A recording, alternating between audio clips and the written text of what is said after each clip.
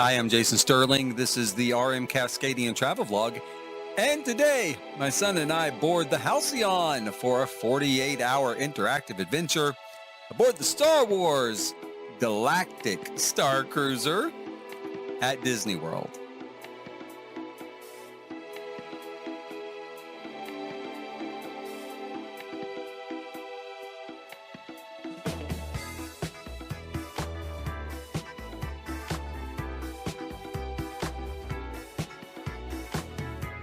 Okay, this first video is going to start at the start. Like always, we're going to start with the booking process, the long months, especially long if you're like me and you have booked this months and months in advance, up until the point where we get to the resort, how the resort interacted with our reservation with the Halcyon, going to the Halcyon for embarkation, and then finally a room tour at the end of this first video.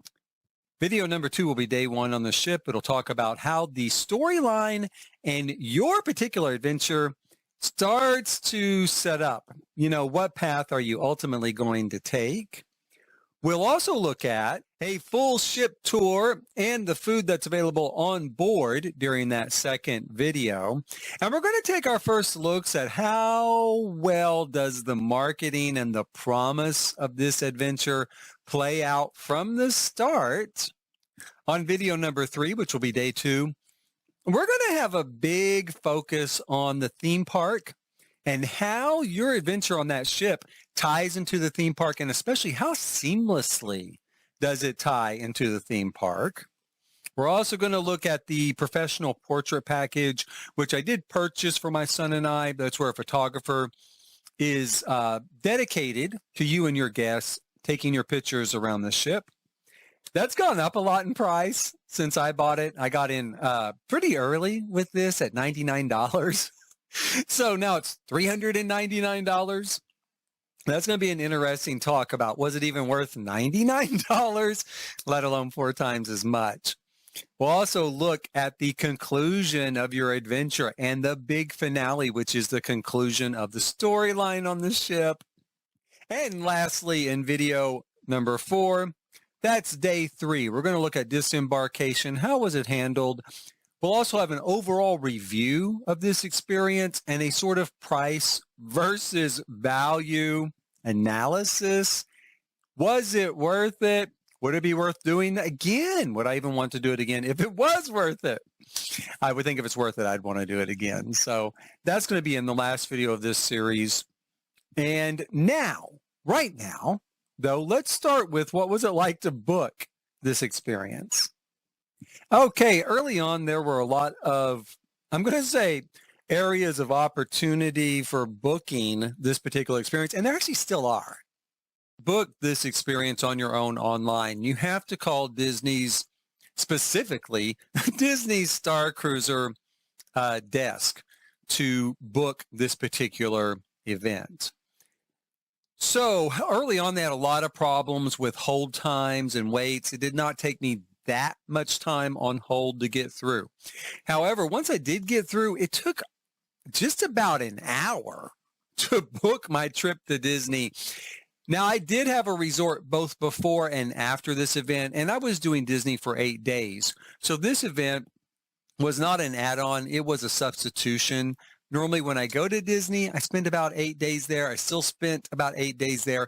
But instead of what I might normally do in the middle of my trip, pulled that out, stuck the Halcyon in its place. So there were, I guess, some complications maybe with tying all the pieces together. That's all I can imagine. I don't know why it took so long. It took a long time. I did feel like I could have done it quicker online, and I'm not real sure why you can't just do it online. Why can't you just say, I want to stay at Pop Century from this day to this day, and then get on the Halcyon from this day to this day, do that experience, because it's not really a hotel. We're going to come to that. It's not a hotel at all. It doesn't even act like a hotel. And then we're going to go back to Pop Century from this day to this day. I think we should be able to do that online. But, you know, at the end of the hour, you are done. I was done. I was excited. I was super excited to get it done. I was super excited to know that I was going. I am a pretty big Star Wars fan, as is my son. I'm not a big fan of the sequels. Not really, for a whole bunch of reasons. But I'm an overall pretty big fan of Star Wars. So I was excited to go on this and really immerse myself in that universe. So coming off the phone, coming off booking, I was totally excited. It was a little pricey.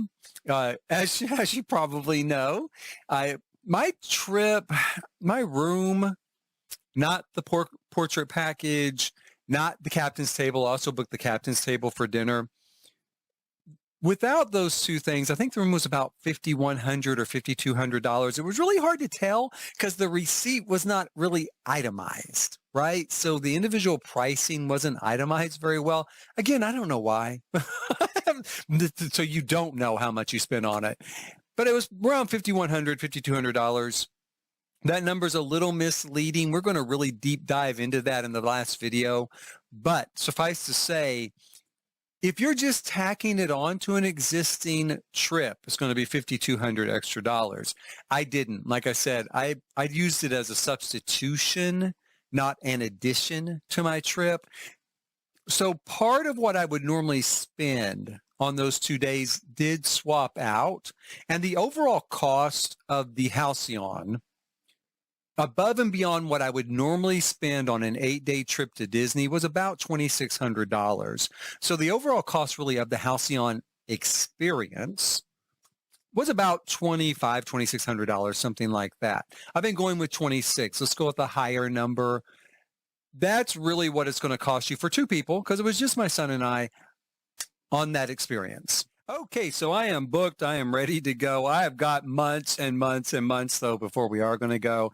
It was a long stretch. I was super excited, so it was a really long stretch. Now, there's a few things you can do, though, while you're waiting in that stretch. You do get access to your data pad pretty much right off the bat. There's not a lot on it, but you have some things like, you can see from pictures here, a translation program, right? You can kind of brush up a little bit on some of your, I think this is Huttese maybe or something. You can brush up on your Star Wars languages. There is a map of the ship. That's very cool to look at. I really loved getting that. I love maps, and it was a lot of fun to kind of look through the map. You also have a basic sort of itinerary from the start. Nothing's really timed on it. It just shows what does happen on the ship without a lot of timing kind of plugged into it, especially your kind of personal events.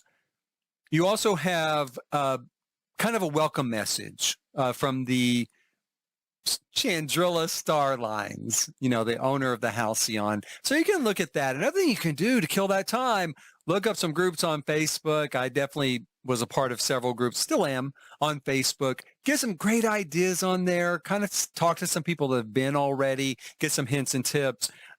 One thing I really wanted to do, and I did do, was dress kind of in universe. I didn't really go with a costume. Like, I didn't think, I want to be Han Solo, or I want to be, Luke Skywalker, or what have you. I wanted to be a character that lived in the universe as kind of myself. And that can kill some time. Now, I tried the whole let's go to the thrift stores and see what we can find there. I basically found nothing. I mean, I found some stuff. I've actually found a jacket I really like for myself. I did buy this jacket, and I found a belt for my son. But that was about it that I found at the thrift stores. I didn't have time, though, to go, I couldn't go every weekend, right? Or 2 or 3 times a week. Ooh, what's in today? When does your truck get here? I couldn't do any of that. In the end, I ended up buying some patterns at Hobby Lobby, I think it was, Michael's, one of those two. Oh, no, you know what? Joann's. I think it was Joann's Fabrics. I bought like some patterns there and some fabric, and I made a lot of the costume that my son and I wore. I had some things that worked anyway. I had some loose linen pants, drawstring string type pants that worked really well. And I worked with our 3D printer, and I made some sort of badges and stuff. I also made a ton of in-universe money that my son and I used basically instead of poker chips when we played Sabacc. Lastly, when it comes to Facebook as well, you can look for a group specifically for your cruise, like specifically for the date you're going to go. That's very common with in real life cruising, like with cruise ships. You can look for like, the sailing on the Carnival Vista for, say, August the 12th. And there'll be a group on Facebook for that. And you get to know people, talk to people. Sometimes they'll set up little events so people can get together. Same thing with the Halcyon. Now, there's fewer passengers on the Halcyon. Not everyone looks for that. There was probably, I did set up a group for my voyage. And I don't know, I think in the end there was maybe a dozen people on there, that found it. But it was cool to talk to them and kind of get to know them a little bit before seeing them on the ship. Yeah, I'm going to throw in here real quick. This is another thing that I did during the long months of waiting. Like I said, I do like Star Wars, and I also like playing a video game called The Sims. And The Sims put out a pack called A Journey to Batuu, right? The Sims is kind of a life simulation game. And you could take your character in the game and go to Batuu. And it's basically set up just like Galaxy's Edge at Disney World. And you do these sort of adventures there. So I created a backstory that kind of followed the backstory that I had in that video game, which was essentially my son and I live on the planet Batuu. We had originally lived on Coruscant. Like I was born on Coruscant. He was born on Coruscant. But I kind of felt like Coruscant was a dead end. There was no way he would ever get ahead there. And it's, such a closed system, right? So we moved out to the edge of space, to the edge of civilized society, to Galaxy's Edge.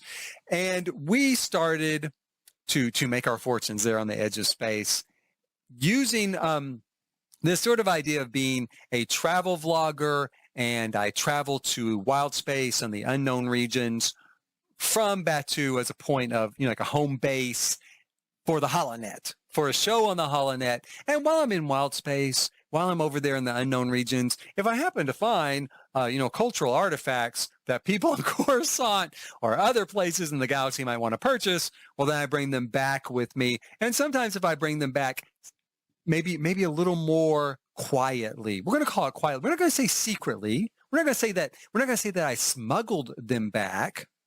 We're just going to say that I quietly brought them back here on my starship. This is a starship that I use in game, and so it's what I reference as my backstory too. This is the RM Cascadian starship, and it is a utilipede transport. And this is what the inside looks like, blah, blah, blah, right? Okay, so that's the thing. And then I bring stuff back. And that's why on the Halcyon, I'm still kind of following that. My son and I are taking the Halcyon back to Batuu. We're going to drop some stuff off, pick some stuff up, and then we're just using it kind of as a transport more than a cruise. It just was convenient to do it. It also was kind of this special occasion.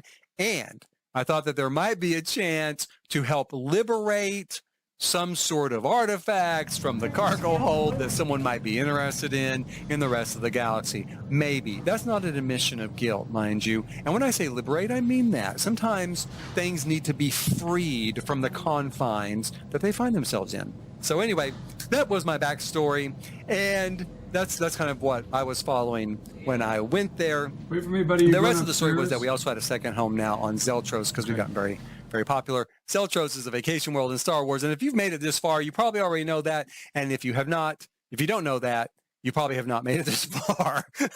But Zeltros is a vacation world, so we also have a small house, a small home apartment there, and a shop there where we sell some of this stuff that we managed to come up with during our adventures and travels, wild space, and the unknown regions. And that's a lot.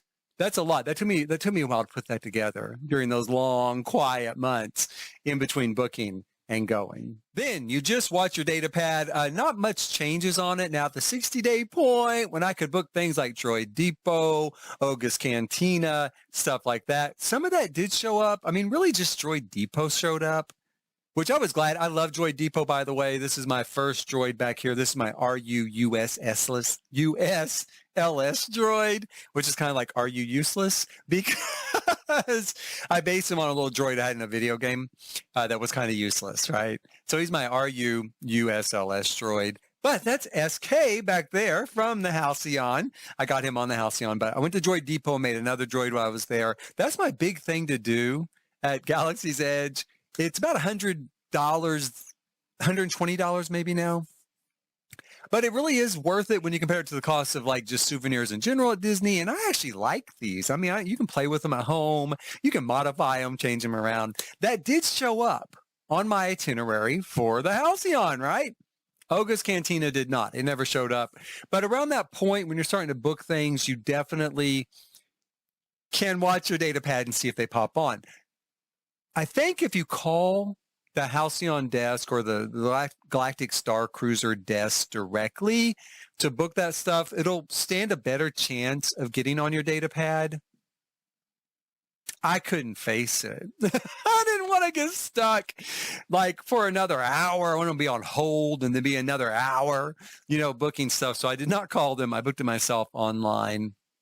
And those two events. Then when you get to the 30-day point, you pretty much will start to see your actual itinerary for the ship. So you're going to do lightsaber training at this time. You're going to do bridge training at this time. There's this event at this time, so on and so forth. That's at the 30-day mark. And then finally at the 1 week mark, roughly, before you get there, before you're going to leave, go to Disney World.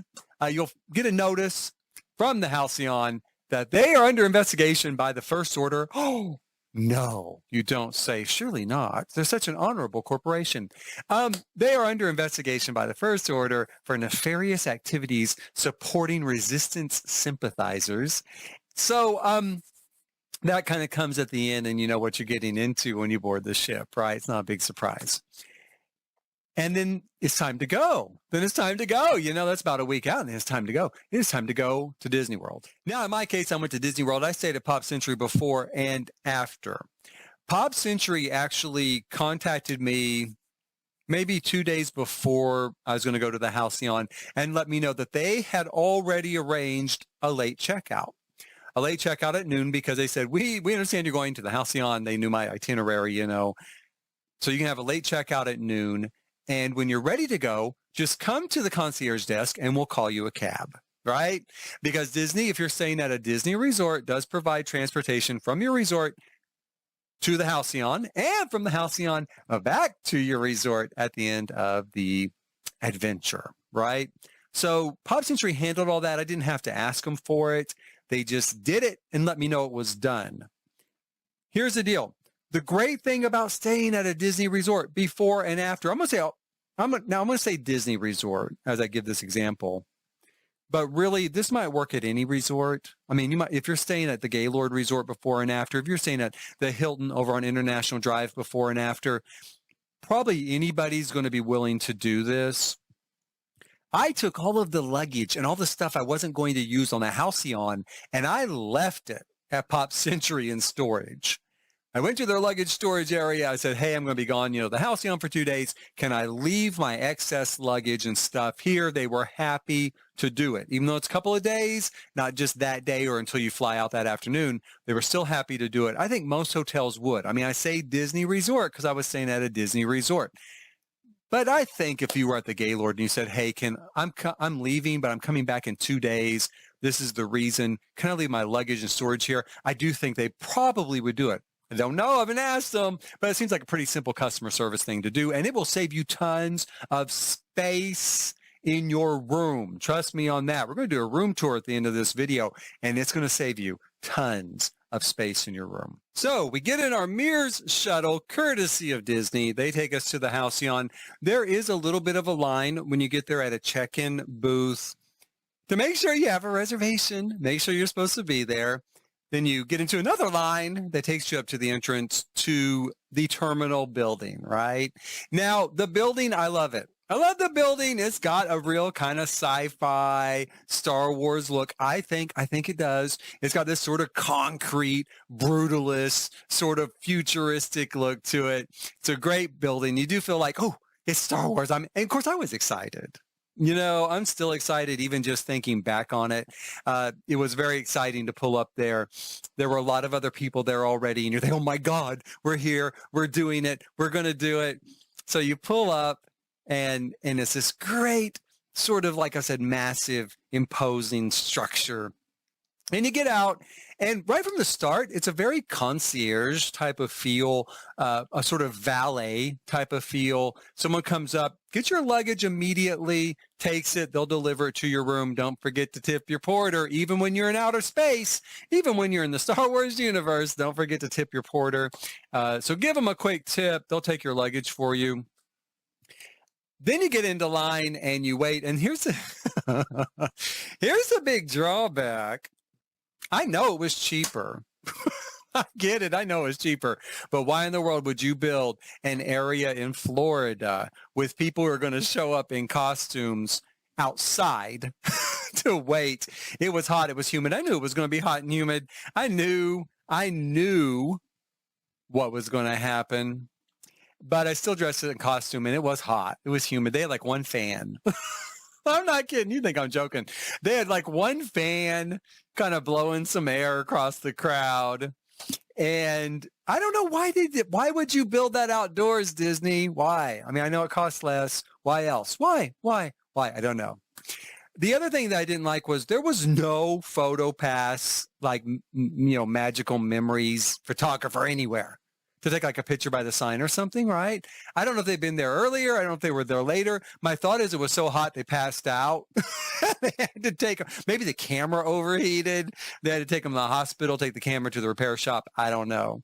But there wasn't, in fact, I didn't see really I didn't see a photo pass or memory maker type photographer at all on the Halcyon. And I bought PhotoPass Memory Maker. I bought that thing.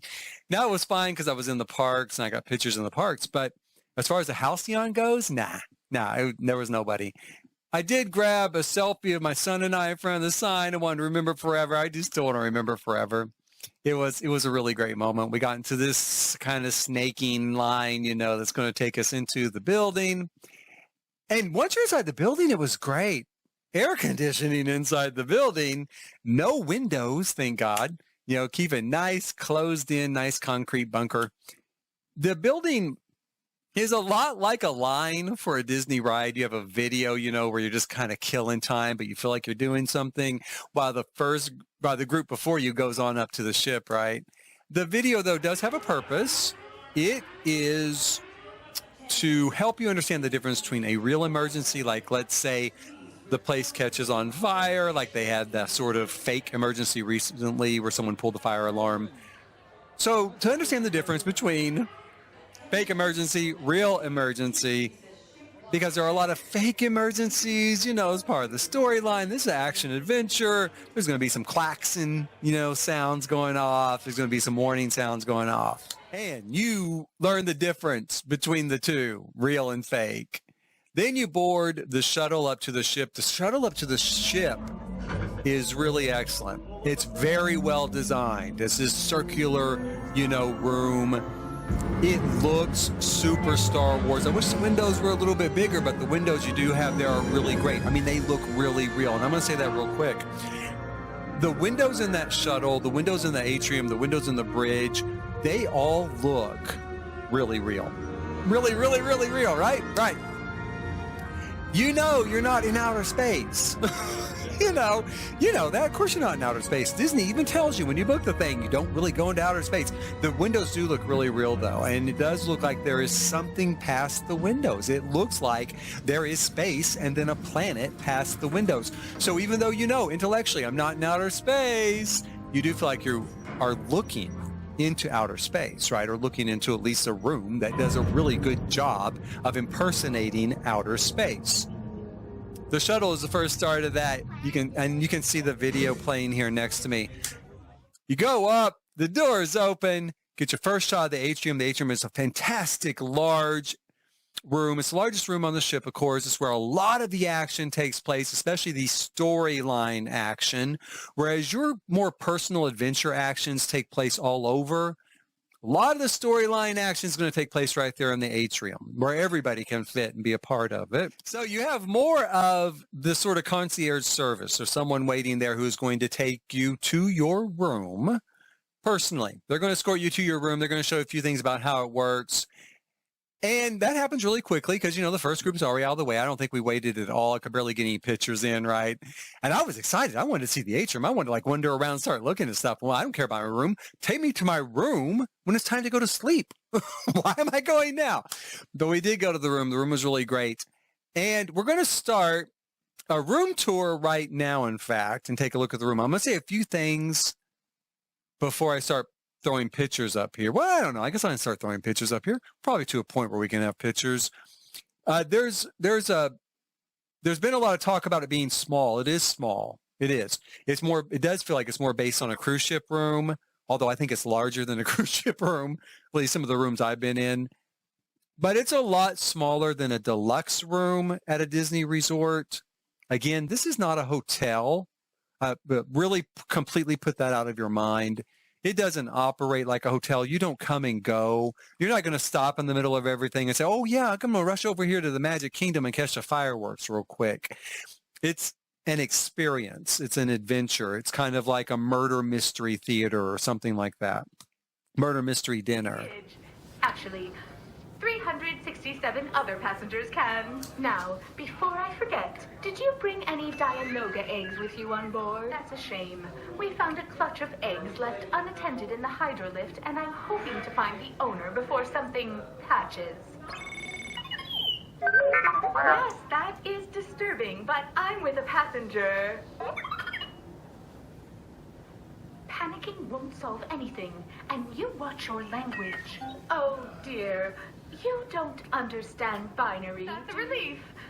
Although, I suppose there's no use hiding what's happening. The Halcyon is being investigated by the First Order.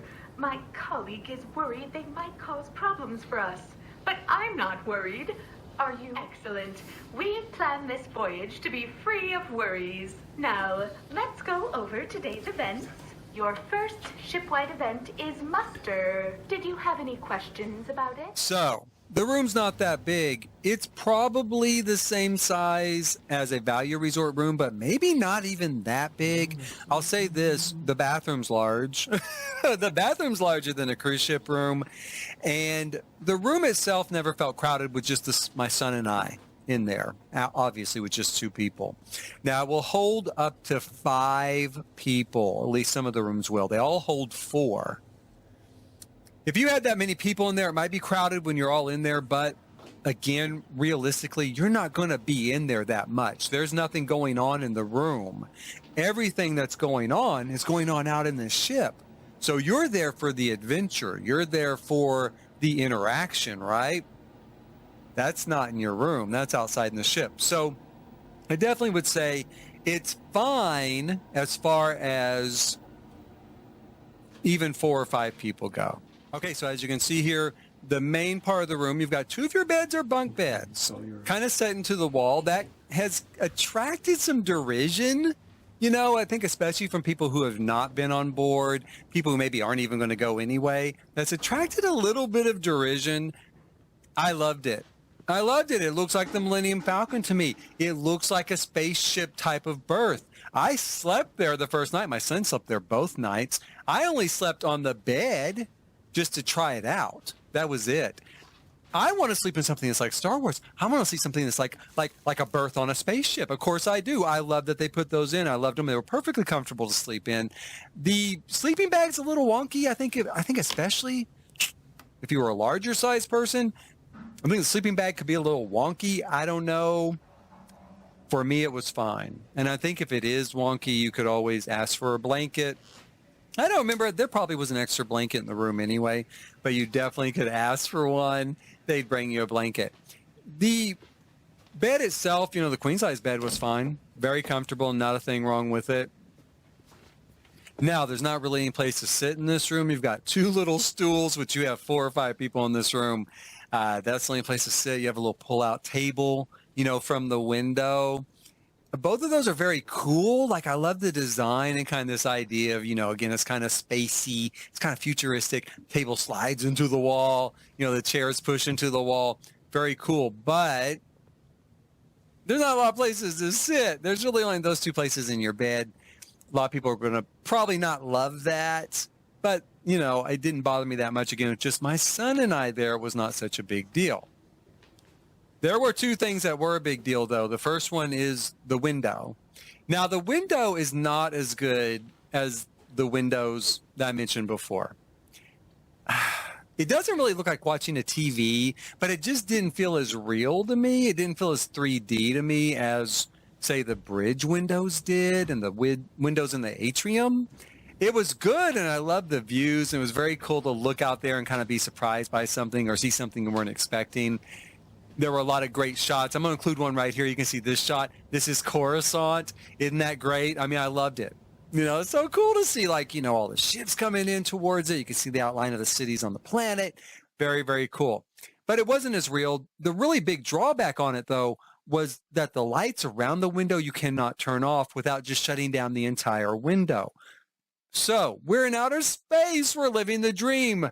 We want to fall asleep while gazing at the stars, right? We want to gaze at the stars. I want to wake up in the morning with a view of Batu, right? I'm living the dream. So we were able to fall asleep that night looking at the stars. The light was not, we were so tired. The lights being on were not that big a deal.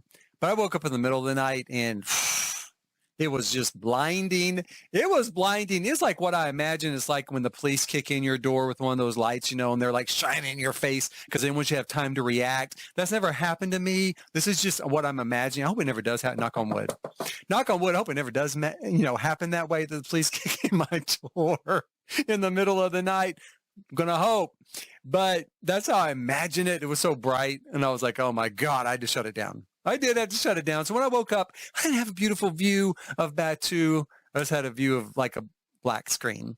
Now I turned it back on in time for my son to wake up, so he got the view as he woke up. But with me, no such luck. The other thing that is really bad with this room, and I'm going to show you here again, this ties into leaving your luggage someplace else. The trunk of your car, a hotel, give it to a homeless person. I don't know what you're going to do with it, but there's not much room in this room for storage. This is your closet. The pictures here, closet, your storage space. This is your dresser. This is it. This is all of it.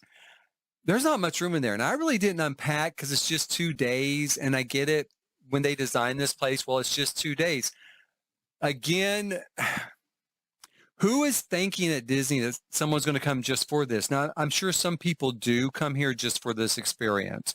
Most of us, I would feel, are probably going to be like myself. And you're like, okay, I'm going to substitute out part of what I would normally do for this instead during my normal trip to Disney. So I've got all this luggage and all these clothes and all these other things I'm going to wear and do the rest of the week, right? There's not really room for storing any of that in here. You can tell from this, there just really isn't. And that's too bad. That's too bad. It is too bad. I think it's really unfortunate. There's nothing that's going to be done now. Punch a hole in the side of the ship, store your suitcases out in outer space. But yeah, there's nothing going to be done except try to save, if you can, leave your luggage someplace else. The other storage issue is the refrigerator. I didn't even know they made a refrigerator this small. I got a picture of it here. That is a normal size, can of like soda there, Diet Coke. And you see how it's on the bottom shelf? That's because when I put it on the top shelf, you couldn't close the door. Okay, that's how small this unit is. Maybe it can hold some bottles of insulin. It did stay cold. I will give you that. It did stay cold. But it doesn't hold anything. And I actually thought about bringing food back from Batu, and I thought I could put it in the fridge. You can't put it in the fridge. There's just not room to put anything in the fridge. That feels almost like something that you can then put on a list as an amenity, but it's not really an amenity. Like, what's the cheapest fridge we can get and fit in this space so we can put it on the sheet and say that it's an amenity, add something else to that list. And it's expected by Americans that you're going to have some sort of fridge in your room. Oh, I know. Look at this one. What's that for? It's for dollhouses. For dollhouses. It's for dollhouses. Yeah, it's for when you build your kid backyard playhouse. It's for that. Anyway, it's really small. Don't count on putting anything in it. It's fine. Now, I'm joking around about it. I didn't want to put anything in the fridge anyway, but you might. So keep that in mind. There is just not a lot of room there. And I did put the soda in there. You may notice, brought a couple sodas with me. I didn't need them. Why did I bring them? I have no idea. There's free soda. Well, not free. You paid for everything. But there's unlimited soda available on the ship.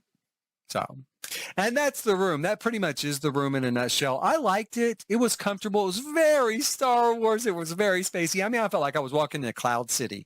I did. I felt like I was on the Tantive 4. I really did. I really did feel like it was Star Wars. Now, it's new, the new side of Star Wars, you know. It's not the worn out side of Star Wars like the Millennium Falcon, but it was a lot like the Tantive 4. Or maybe a Mon Calamari vessel, or Cloud City, or Coruscant, someplace where you're going to see newer, nicer things because you are on a luxury cruise vacation. So that's kind of what you're getting there, right? Now, I would say that it was fine. It really was fine for a room. You're not there at all. You really aren't. You go there to sleep, change clothes, take a shower. That's it. Keep in mind, this one place you might have a little trouble if you have 4 or 5 people in the room. There's one shower. You guys got to share. Make it quick, I guess, right?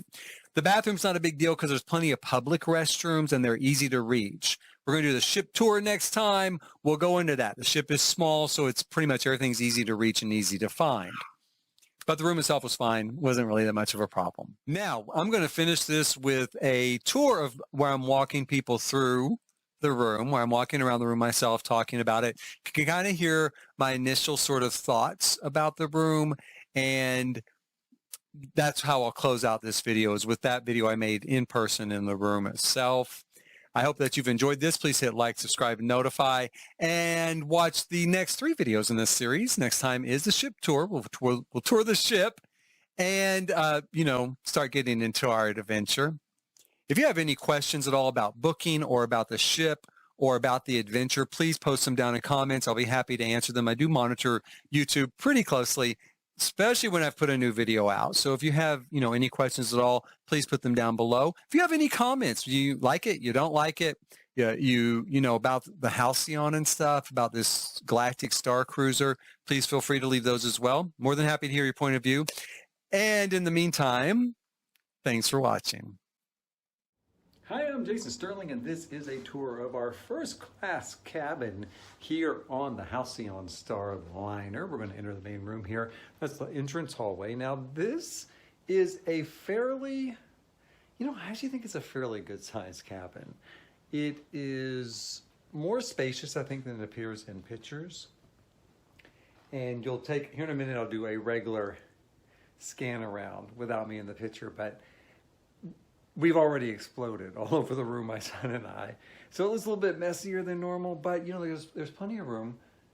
The 2 berths are actually really large, a lot larger than they appear. I'm going to say probably a 6'4" or 5, from end to end fits in there, and it's really wide, as you can see as well.